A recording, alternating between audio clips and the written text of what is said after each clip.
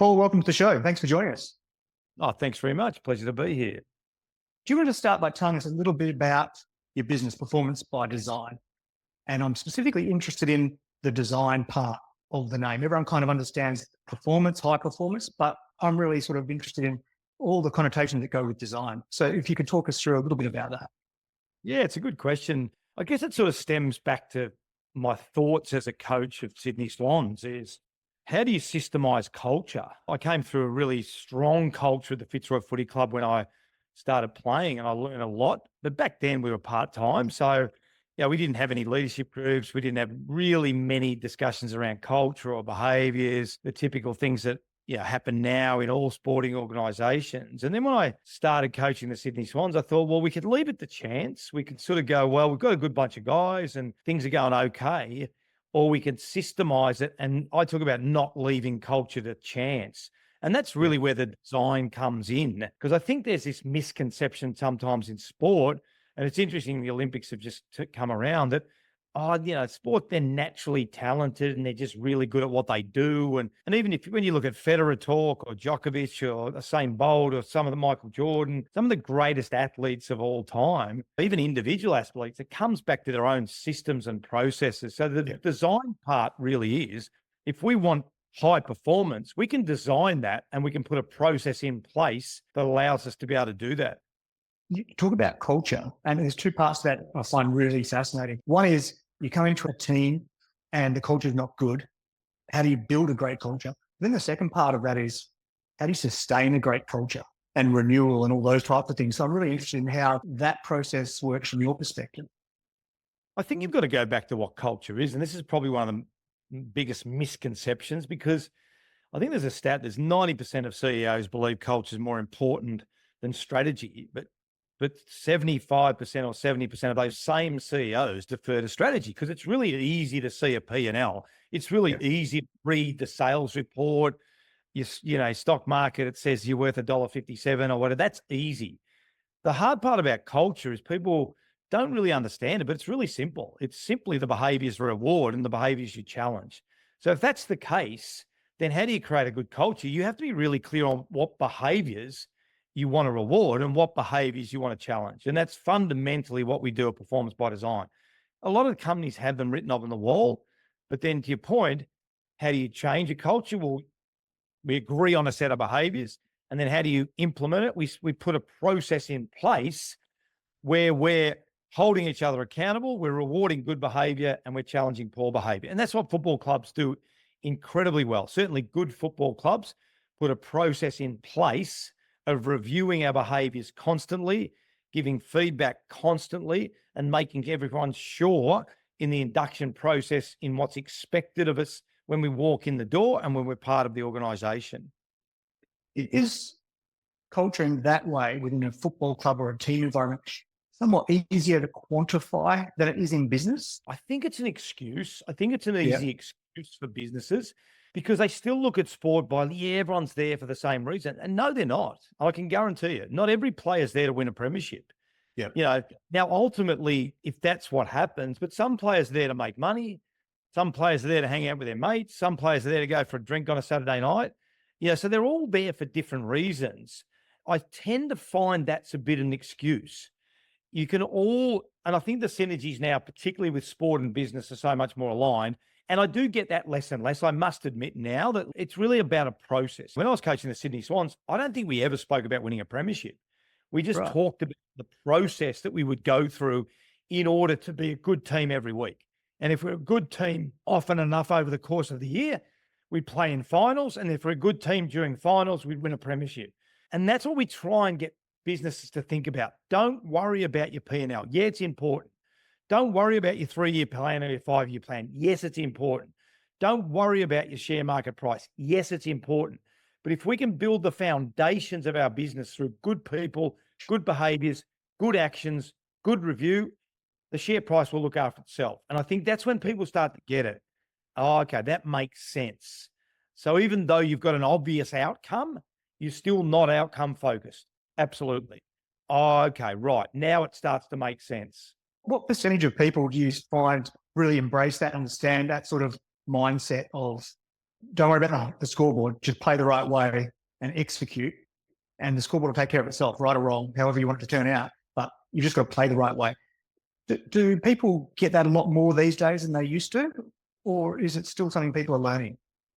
I think they get it more than what they used to, but I think there's an aha moment in our workshops where people say, because to be fair to the corporate space, most of it is about doing. I'm a really good marketing person, really good IT person, really good finance person, whatever that is. So we're so used to doing in the corporate space. When we get to an exec level, we're asked to stop doing. Like, it's really hard for executives to stop doing. We talk about the player coach syndrome. Now, when I was playing at Sydney Swans, I went up in the coaches box. I couldn't play. You can still play as an executive in an executive team. One of the biggest problems is the player coach syndrome. It's completely taken away from me.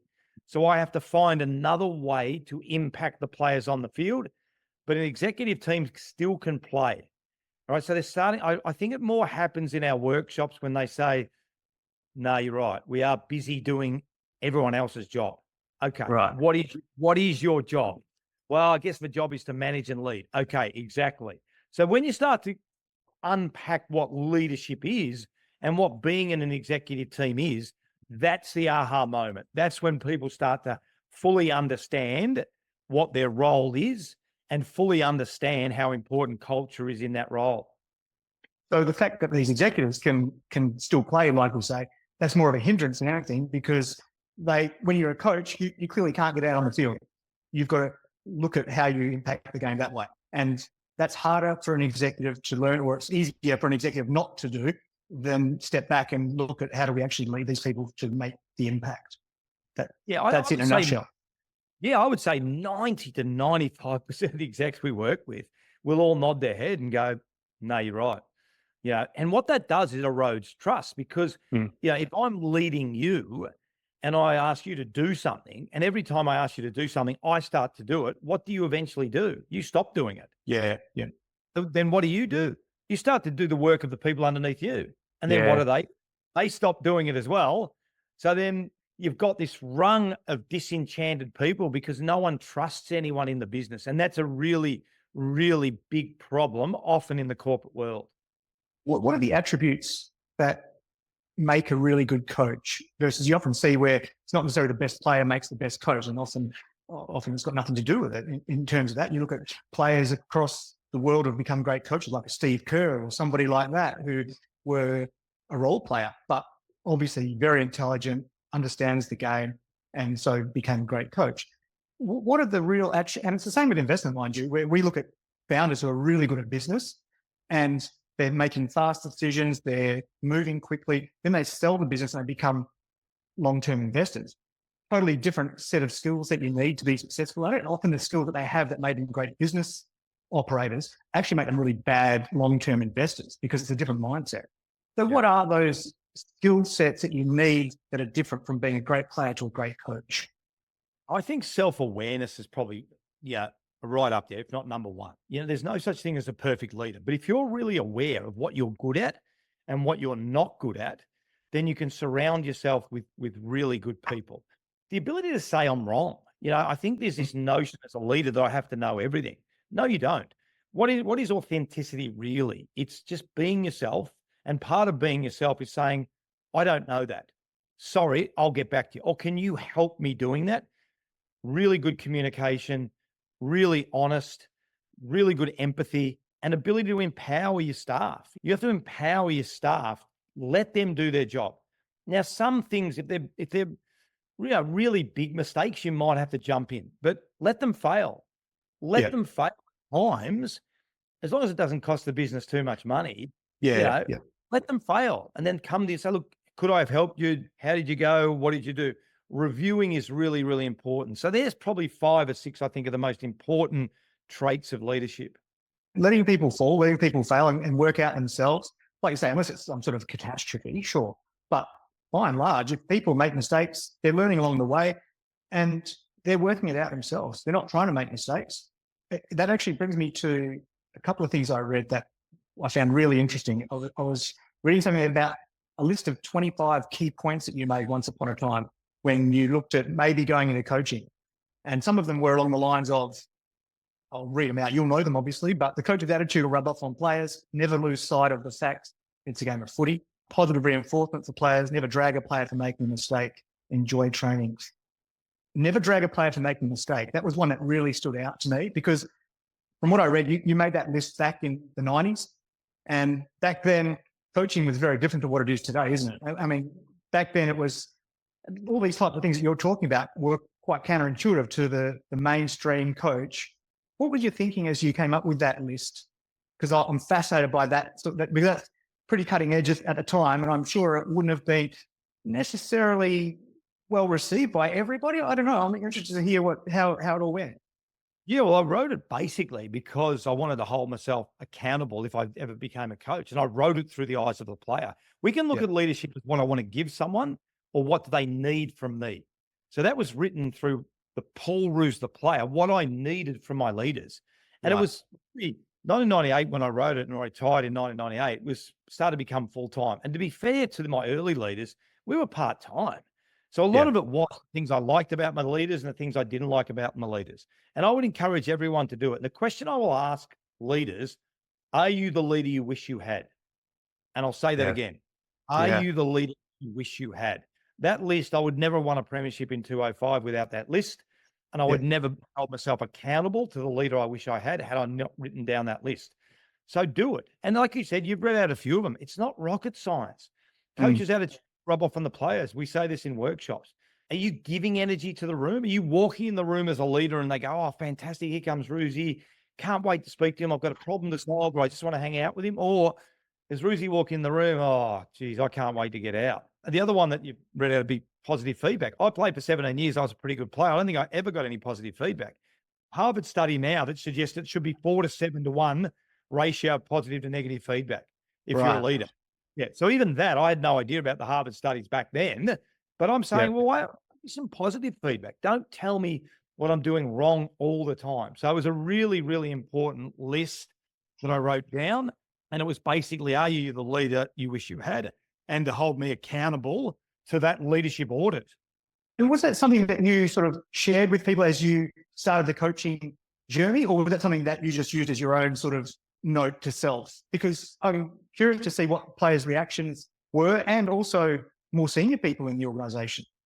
Yeah, no, that was really for me initially. That's probably only just come out. I wrote a book a while ago called Here It Is. I've just done an online program with my son and I'll put it in the online program. I've explained each and every one of the reasons I wrote them down. But really for 8 years when I coached Sydney, it was really for me. It wasn't for anyone else. I wanted to be held accountable. And sometimes leaders, it's hard to hold themselves accountable. And I say this to leaders as well. Do your own list. Do it honestly. What were the things you liked about your leaders and what you didn't like about your leaders? I guarantee you'll be doing stuff now you didn't like because habits are hard. And it's just easy for you to do, oh, that's what Roosie did, so I'll just do that now. Oh, I hated it. So I didn't want to be that leader. I wanted to be a leader that made sure I was giving the players what they needed at the time. Were there times when you did that where you could see the impact directly that, players are sort of surprised that, oh, okay, they take, like if you had that sort of feedback your whole career sort of thing, and then suddenly someone's saying good work or good effort, whatever it might be, just the simple stuff. What was the initial part of that where you thought, this is really important? I think the one where I said making players more accountable for, I think it was team rules, game plan, discipline, et cetera. I mean, that was really the point of the program. I just sort of had this philosophy. I thought, well, I've been captain of Fitzroy. I was senior player at Sydney Swans.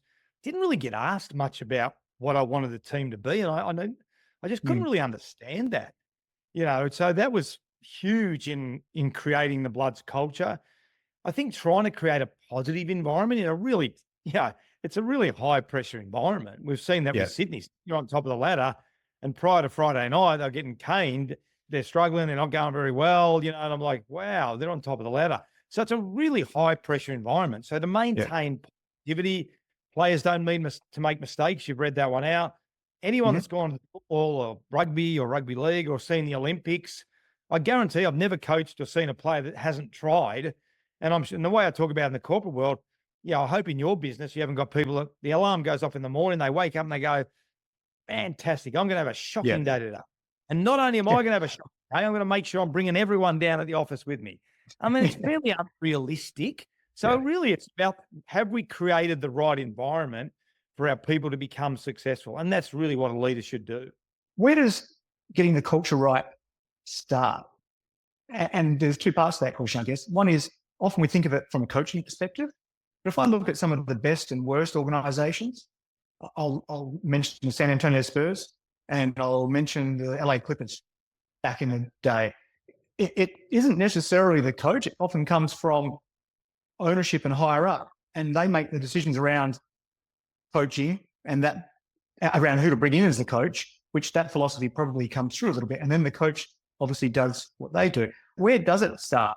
Is it higher up or is it with the coach?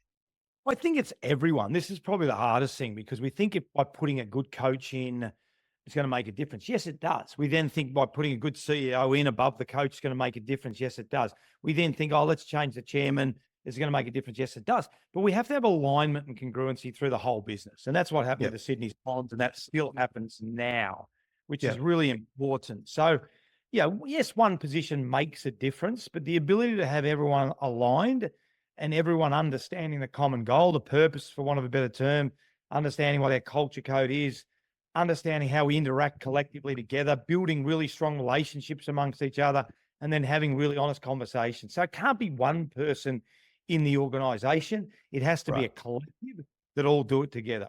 But to that point, how do you then change a culture with the same people when someone comes in as the new coach, like you did with Sydney? Well, obviously what was happening before wasn't working as well. You've come in and you've managed to change the culture. So there must be some sort of importance on the catalyst for change that can come from maybe not just one person, but that person's ideas of how do we go about that. Can you talk us through the sort of the nuance of that? Yeah, I think in my case back then, and I'll answer in two parts. The first part, and back then it was unusual to get the players involved in the culture. You know, that was an aha moment, as it is in our workshop now. It's amazing when you ask executive teams or leadership teams to create the culture code, they say, so we're going to actually decide what our behaviors are.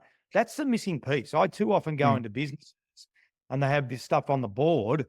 No one knows what it is because it's done. It's given to them. It's given to them. And it says passion, supportive, loyal, whatever, but no one's created it. And external companies just sent them a brochure and said, and spent thousands of dollars outsourcing it.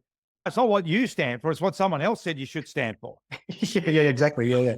When we come in at Performance by Design and we allow you to create it, what is your culture code?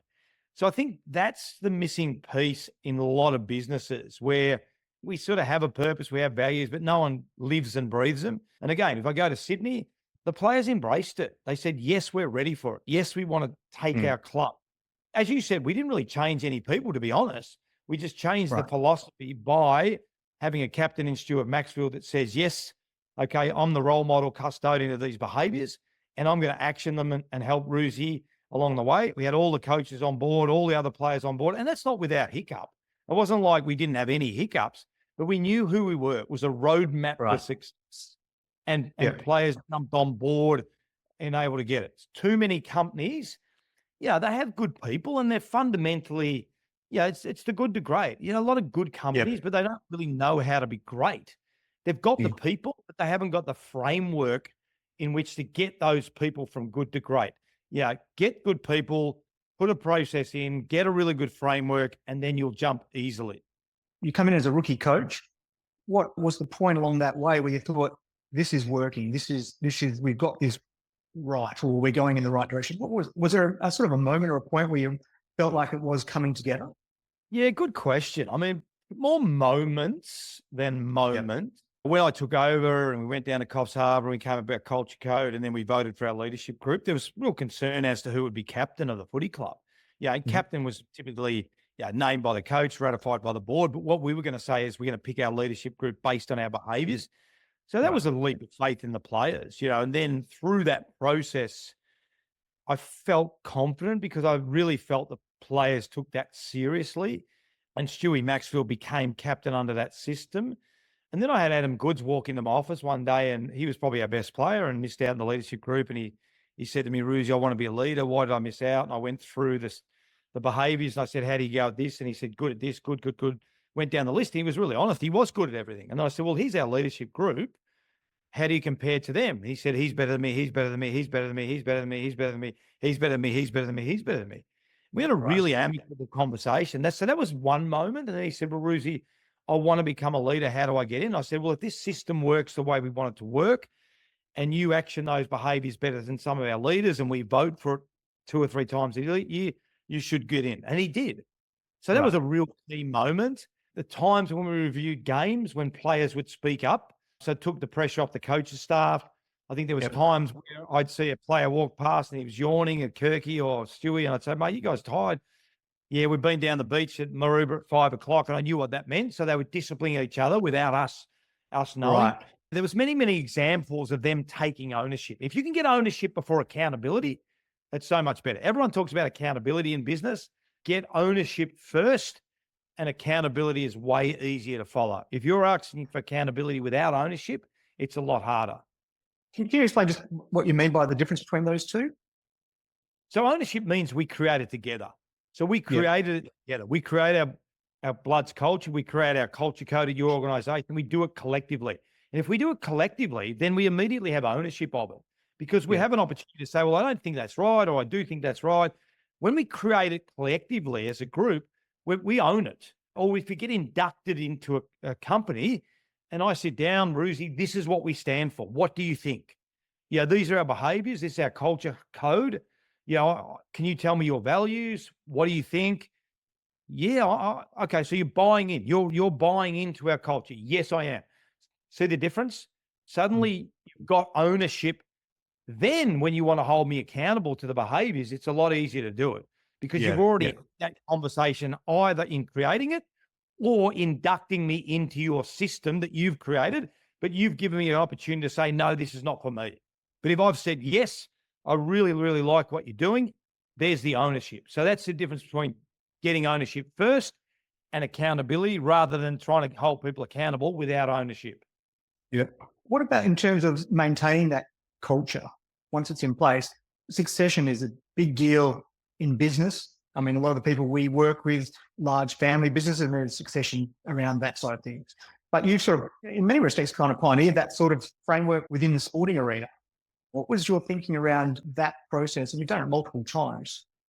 Yeah, it was funny. I remember thinking when I was playing, I just remember thinking, why did every time a coach gets sacked, they go externally to bring someone in? It just didn't make a lot of sense to me. And I thought, well, if you've got a good culture, why are you looking outside? So that was probably one. The second one was I felt the coaches have a shelf life of about 7 or 8 years, and that was always predicated on not winning a premiership, and we won one in 2005. And then I felt if you marry those two philosophies together, and it was about year 7 that I decided to step down, and I thought John Longmire was a really good candidate. Well, why don't we as a footy club look to the next stage of where we want to get to? If we've got a good culture, which we all agreed we did, we've got a good candidate, I've reached potentially my use-by date of 8 years, why don't we do something now? And that's the reason why we did it, and it worked incredibly well. And as we know now, the Swans in a draft and a salary cap. So for those of you who don't know much about AFL, the AFL actually executive tells you you cannot be successful for 24 years or 20 years. That's what they're telling you. If you create this, Paul, in 2003, you will not be on top of the ladder in 2024. Sorry, you can't do that. We won't allow you to do it, because what we've done is we've implemented the draft and the salary cap. So good luck.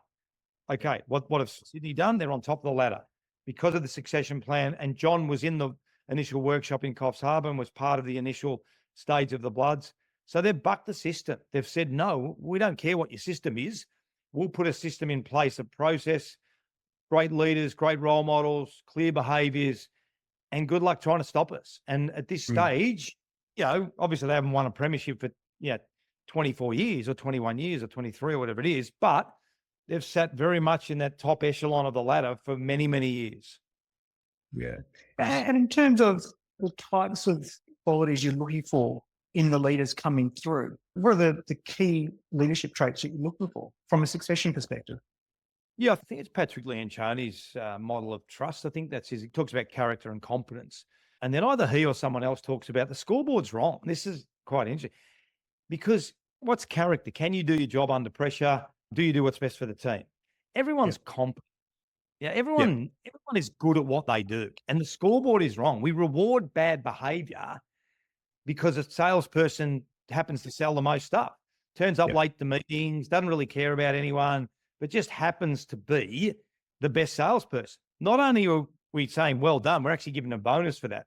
So good Yeah. leaders, are really good characters. We need to change the scoreboard a little bit. And I'm not suggesting you can be incompetent, but if we can get those Are you two talking right, about, sorry, Paul, you're talking about the measures, the way you measure things, not the actual scores, but the way you're measuring these things. the way we basically promote people within business and in footy Yeah. clubs, to be honest, the way we promote them, the best marketing person happens to be head of marketing. The best Yeah. IT person happens to be the best IT. Are they the best leaders? No, Yeah. but we're not rewarding the best leaders. You can teach technical skills. I'll go to a grave talking about this. Give me someone that's got really good character, really good self-awareness, the attributes we said before, because I Yep. can employ the best in count if I'm the Yeah. CEO. If I'm the coach of the Sydney Swans, I can employ the best stoppage coach. I can employ the best kicking coach. I can employ the best defensive coach. If I've got great self-awareness, so the scoreboard is, as I think Patrick Lencioni says, is wrong. Yeah, we need to change that. If we've got a really good executive team that's got really good self-awareness, really good people, bring people along for the ride, educate people, coach people, the other stuff will look after it. Other stuff will look after itself. What really drew you to coaching in the first place? I don't really know, to be honest. It's funny because I was sitting there in my office and I wrote down these 25 points in 1998, went overseas, did a bit of research on coaching. I was really fortunate. Came back, worked on the Olympics for C7, Channel 7, which was an amazing Yeah. experience. Yeah, right. Got a job as an assistant coach for the Sydney Swans. And then halfway through 2002, yeah, I thought I'll sit back, see whether it's something I really want to do. But I'm in no hurry. You know, a really good mentor in Rodney Eade, had great mentors throughout my playing career. And then suddenly Rodney Eade gave it away. And then I had to make a decision in about 48 hours. So it happened Right. really, really quickly. And then the 10 weeks at the back end of 2002, I really enjoyed. Then I put a presentation together. I really wanted the job. And then I took the Yeah. job. So I think as I enjoyed the team and though I played with them, I really enjoyed my teammates that I was then going to coach. I had a philosophy that I thought was going to work, which was different to everyone else's philosophy. And then I started the job and then it's sort of head down, bum up, and away you go. There was part of it that was, that 48 hours to decide. But then once you got a taste of it and were in the driver's seat, then you must have realized that you kind of loved it and that you did want to do it. Yeah, 100%. And I thought, yeah, there's a real opportunity to test my theories and I think it can work. And it ended up working. We won the premiership in 2005, but it was a lot of hard work, to your question before. Yeah, it was about Andrew Ireland sitting next to me and Richard Collis as the chairman and the board and the CEO and the football manager and, the recruiting guys and the coaches, assistant coach. It was just a whole of club experience, really, that everyone wanted to get behind what I was doing. I wanted to get behind what everyone else was doing. And we all pulled together in the right direction. We had some hiccups, clearly, through that time. Yeah. 3 years to win the premiership. But, when I look back, it was an amazing group of people doing amazing things and really selfless, no egos. No one wanted to take more credit than anyone else. Everyone was happy to do their job, play their role, and we got great results out of it. What do you love most about coaching? What do I love? I mean, what I love most is winning, because the experience after a game when a group of people do something that's pretty special, it's hard to duplicate that in anywhere else. But having said that, how much goes into winning. So the winning part of it is validation of all the stuff that you've done well in order to win the game. If I look at my experience at Melbourne Footy Club, we went from 2 wins to 10 wins in 3 years. I mean, that was arguably much better effort than winning the premiership in 2005. And a lot of people said that to me. But again, multiple people are being involved in an incredible turnaround in a football club that was just down and destitute. So, some of the wins I had there at the back end of 2010 were just extraordinary. We had a great win at the MCG against Hawthorn. Hawthorn had belted at Melbourne for so many years. Yeah. So to field, having beaten Hawthorn, one of the great teams of all time, was so rewarding to be able to do that. So the winning part, but then breaking down how much work went into that win. Yeah, okay. And you talked earlier about mentors. How important is getting the right mentors in place for young people of any age, but anyone trying to get to where they're getting to? Mentors are important. I'm just really interested to know your thoughts on mentorship. I think it's the most underrated thing in business in particular, because Right. Roger Federer's got a coach, the greatest tennis player of all time. Usain Bolt's got a coach, the greatest athlete of all time. Michael Jordan got a coach, the greatest basketball player of all time. I think there's this misconception in business and even for young people now. And that's why I'm so passionate working with my son and doing the Prince to King program with him, the King's Table. We've just done an online program as well, because no one's really teaching leadership and culture. So I believe in mentors, and they can come in any shape or form. Yeah, your uncle's a mentor, your auntie's a mentor, your mum and dad are mentors. Yeah, your school teachers are mentors. And that's what I talk about a lot, in the programs that we run together, that they're everywhere, but be intentional with it. Don't leave that to chance as well, because Usain Bolt didn't leave it to chance. Roger Federer didn't leave it. Novak Djokovic didn't leave it to chance. And they would have got somewhere. And I'll tell you someone who has left it to chance, and they're an individual athlete. And this is not a criticism, but Nick Kyrgios, he's left it to chance, and look at the results of Nick Kyrgios as an incredibly talented, and that's his prerogative. This is not a criticism of Nick. No, it's an observation, right? Yeah, it's his prerogative not to have a coach. And I've heard him talk about on a podcast, I think he does. But look at the difference in outcome. Nick's potential has never been reached, and Roger and Novak's has. The gap is astronomical. So there's a really good example in sporting terms. So don't leave your leadership, your career to chance. Get a mentor, and they're everywhere. I was lucky. I had Jeff Pilates sitting in the coach's box with me taking notes. At the time, he was the CEO of Ford, which is amazing. Basil Sellers, who tried to buy the Swans back in the mid-'80s. Great businessman. So they're everywhere, but be intentional with it.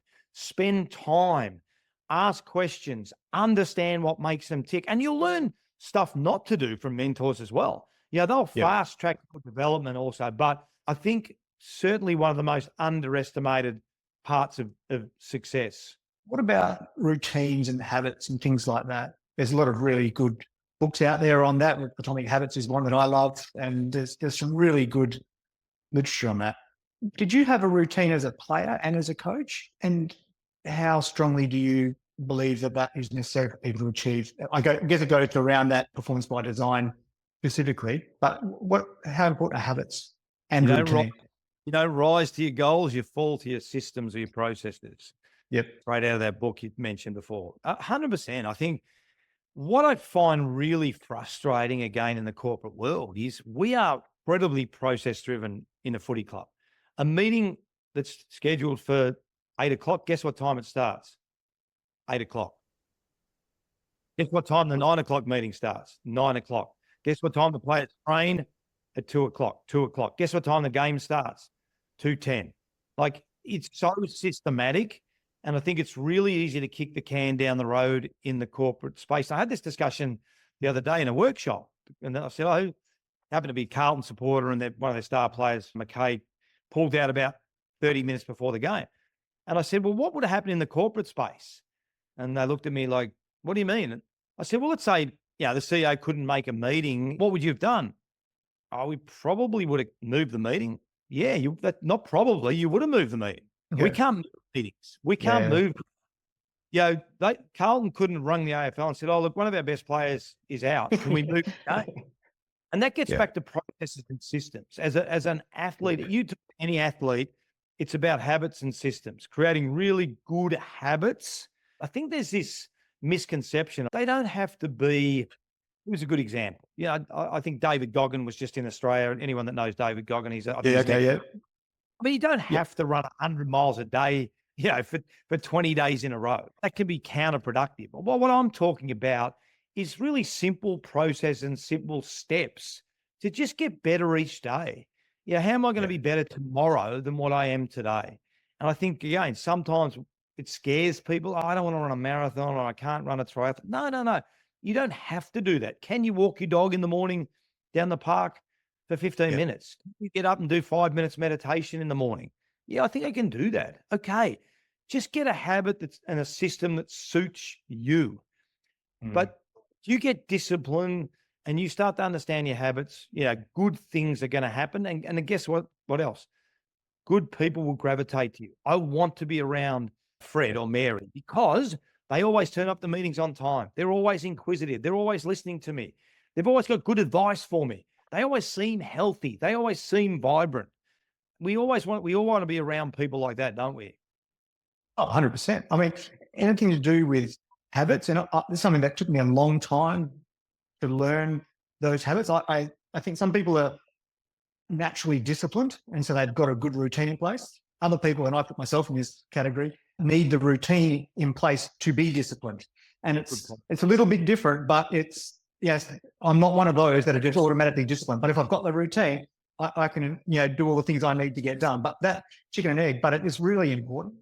And I'm surprised that more people in business are not as disciplined around their routine and habits as athletes are, because it seems kind of obvious that if you want to achieve the goal, whatever it is, and like you say, you don't have to be David Goggins and Jordan, who I think is unbelievable. Some of those guys that are the outliers of outliers, they're sometimes driven by, maybe it's even personal demons in terms of the stuff that makes them go beyond what's normal. I think there's a better balance where you can still achieve really great outcomes, but not be so obsessive that it's destructive in some ways, right? You talk about success and failures and things like that. Well, everyone's definition of that is different. I bring it back to family and those sorts of things. So you want to be mindful of those.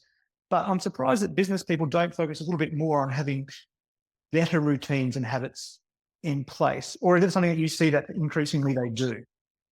I think they're getting better at it. And I like your point. I don't like this ridiculous word of work-life balance. It just sounds strange. It's life balance. You've got your life in balance. Because it's not like when I go to the Sydney Swans, I'm not a father and a husband. I'm still a father and a husband. It's not like when I go home, I'm not a coach. So it's not like work, life. It's life balance.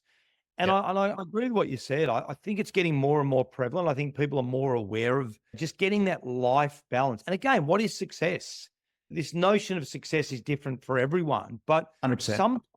sometimes the extremes, whilst they're good to see, The Last Dance is amazing. Like Michael Jordan. The Last Dance, if you haven't seen it, it's amazing. But it's unreal.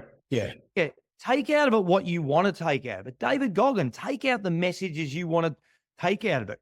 But do you have to run 100 miles a day to be successful? No, absolutely not. But do you have to be disciplined in your own way? Absolutely. So take out the message, and then within that message, like you said, that's great self-awareness from you. You need the routine to be disciplined. Now, some people just do stuff because they are disciplined. I'm a little bit like you. I'm probably more. The great thing about being involved in football was prior to me going to Sydney, us going to Fitzroy as a young kid, I wasn't like a super disciplined 13, 14, 15, 16-year-old, super fanatical. And I was just a young kid, just having a good time, riding the bike, having good fun, all that sort of stuff.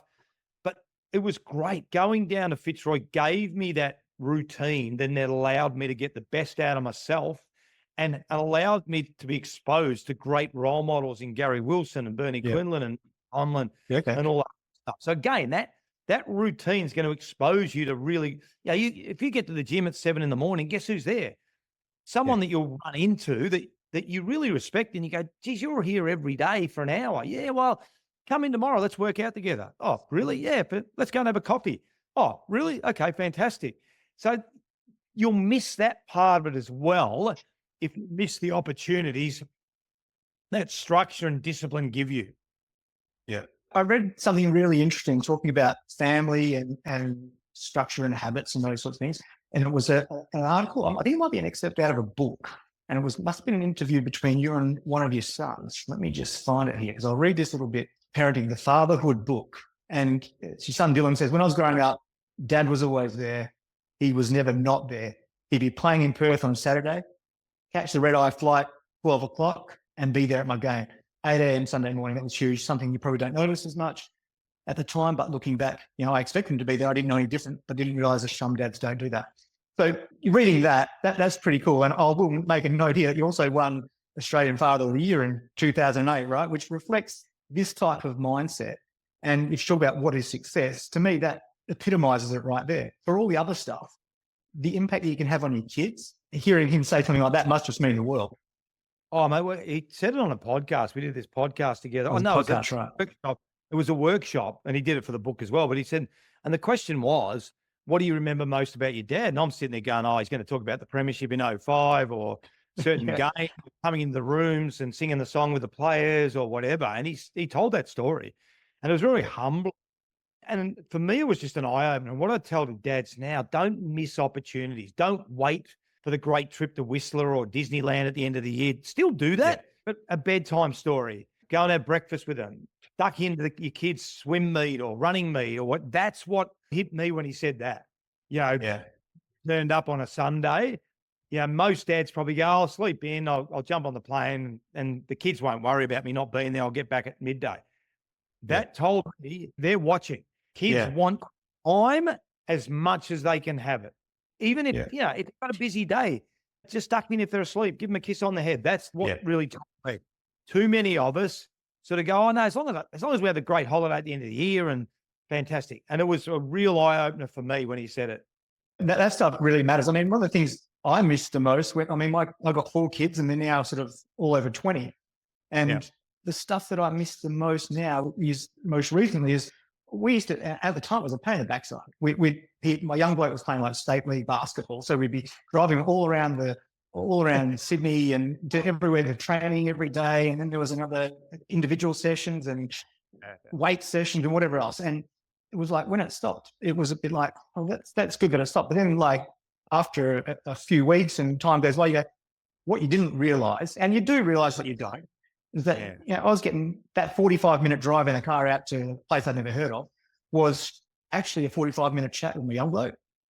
And it was just a casual, and you don't realize how much you're going to miss those things until they're gone. Great point. My youngest son played for Wang Rovers up in the country, and obviously spent 17 years playing AFL football, and every now and then we do a country trip and might spend a night here and a night there. But I went up with him a lot, and it was the best 2 days of my week. Like driving up 3.5 hours, chatting to him, having dinner with a few of his mates on the Friday night before the game, going out to the country, Wang Rovers, the ladies that had just made the scones, and an old team of mine, Darren Creswell, was coaching, and I'd sit in the coach's box. I loved it. Absolutely loved it. And it was just fantastic. So you're right. When you probably take it for granted, when you don't do it, that's when you go, gee, I wish they were doing that. That was pretty cool. That was amazing. I heard I don't know who it was, but it was a billionaire. Can't remember the guy's name. And he got asked, how do you define your success? And you know what he said? He said, my kids still want to hang out with me. That's how we define your success. It was pretty cool and pretty powerful. Yeah. I've heard that, and I can't think of who it was that said it. But I have read that recently as well. I wonder if it's Charlie Munger, but it was somebody. It's a great point, right?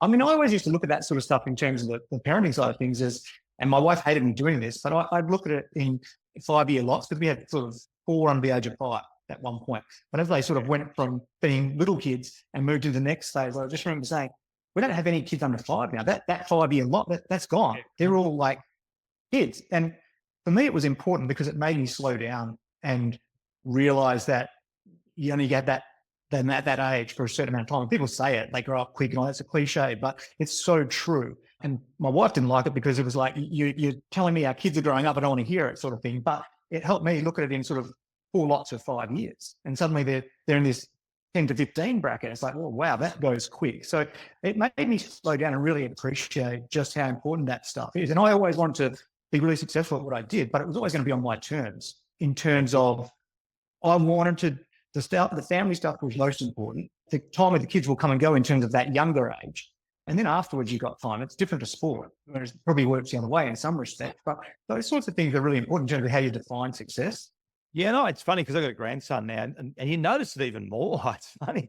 Yeah, there's things that I noticed in him that I'd never really noticed in Dylan and Tyler, because I'm really present with him, Yeah. A lot of it is around how quickly they pick things up. Like when your mum and dad, it's like you're not that aware of your own behavior, but as a grandfather, you're so aware of the external, what people are saying, how quickly the little Rainer goes, he doesn't know what he's doing, but he picks up the phone. Then you realize, Yeah.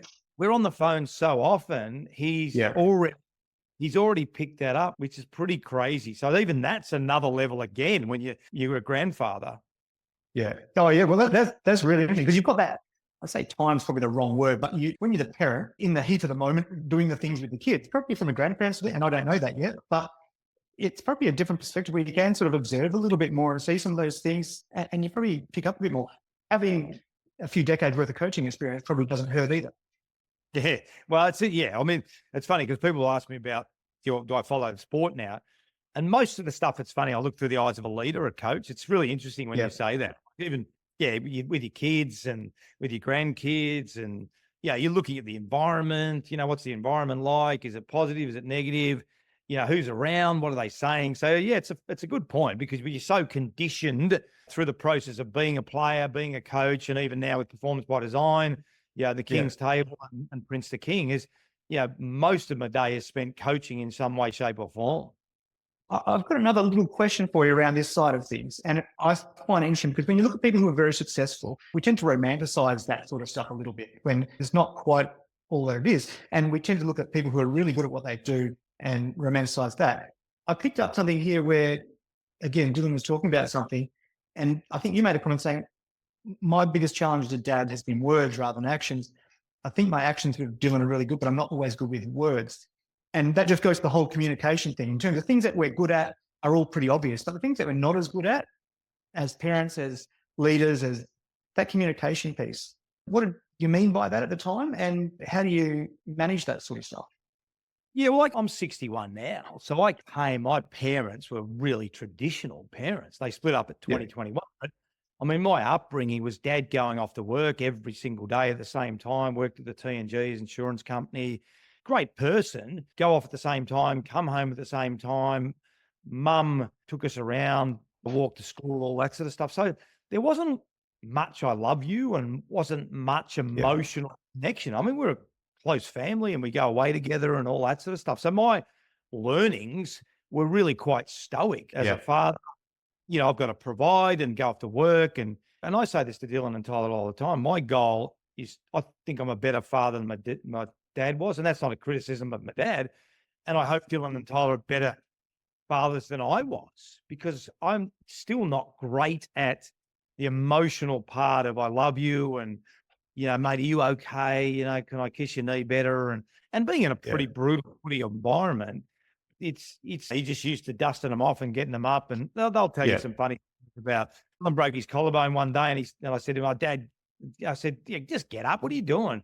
And then Tyler broke his ankle at footy one day, and I took him home, didn't take him to the doctor. It's they're exaggerated as stories normally are. But no, I know those types of stories all too well. Yes. But I mean, and that's probably what I meant by that, learning to be a much better communicator. And as generationally, we got to continue to improve and continually evolve, as human beings. In some ways we're not, which is disappointing, but in other ways, hopefully we are. And I could have been better. I think my actions were always really good, as Dylan said, or as I said, but certainly, I probably could have told them I love them more, or gave them more of a cuddle at times, or just more empathy at times when they did hurt themselves playing sport. And that's the balance, resilience piece, get up and suck it up, as opposed to the emotional component of, are you okay? So I think I didn't get that balance absolutely right. Right. I think there's something in that stoic part, to be honest. And I think in some ways, some of it's gone a little bit too far. The other way is my own opinion, and my own observation as a father and coach of younger kids and that sort of stuff. But there is something in that stoic, just get on with it. Unless it's broken, get up and keep carrying on. And you'll find kids are much more capable than or they're as capable as you let them be. If you let them have too many guardrails, they'll fall to that. It's a bit like falling into the system. I remember with our oldest, they'd skipped up a couple of years and they were in with some bigger kids. And they're going off to this camp. And we were quite worried because they were a little bit like, I don't know if you've seen Sheldon from Big Bang Theory or any of those TV shows, but a little bit nerdy, right? And so we're like, I don't know if this kid's going to cope in the real world. But once we let go and let them do it, it's like, oh, hang on, they can do all these things. This was back when they were sort of 10. And they can do all these things that we never realized. And we sort of, was a bit of an eye-opener for us that kids and people can do way more and are capable of way more if you let them rather than baby them.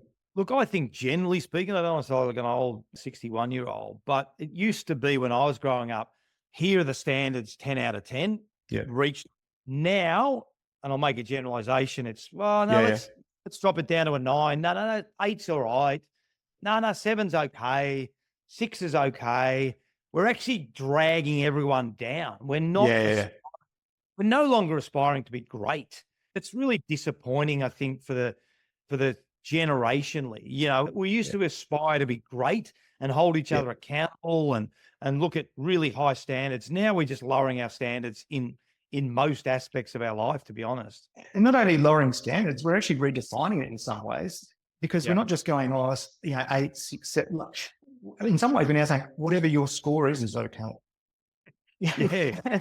And that's not how the real world works. And I guess it'll go in swings and roundabouts. But that's kind of where we're going with some of this stuff. Like, we don't score. Oh, look, let's not worry about the score. You know, like I remember when I was coaching the under 10s or whatever it was, and Roos, you're not allowed to score. Okay, and I'd umpire and coach. You reckon every kid in the field didn't know who won? Of course they did. Of course they did. They'd say at the end of the game, after fun. Who won, Roosy? Who won? I said, oh, no, it was a draw. No, it wasn't. And you know it wasn't a draw. You know it wasn't a draw. Of course, just ridiculous. Medals for participation. Like, goodness me. I mean, it's extraordinary how the standards have dropped so significantly over. And that matters. And I guess, like I say, it goes in cycles like anything does. But I look forward to when those standards become a little more onerous. Quick one to finish off. Do you, in terms of things that you've achieved in life and things like that, do you have a bucket list? And if so, are there things on your bucket list that you look at and go, I really still want to do this? And what are the things that are on your bucket list that you look back on and go, that was really important to me?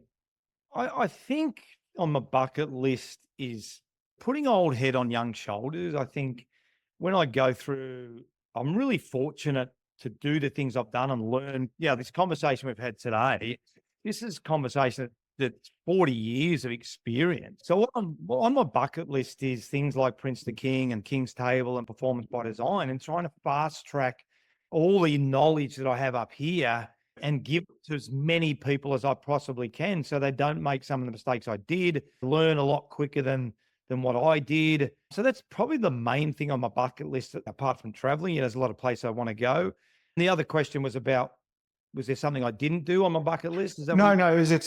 So I look at the bucket lists. I've got one, and I make a note of the things that I want to do, but I also make a note of the things that I did do, because they're two parts, right?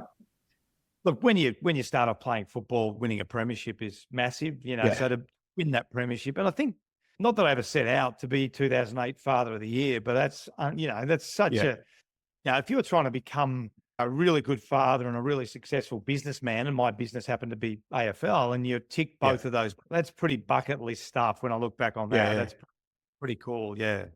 That's awesome. Paul, thanks very much for joining the show. It's been a fantastic chat.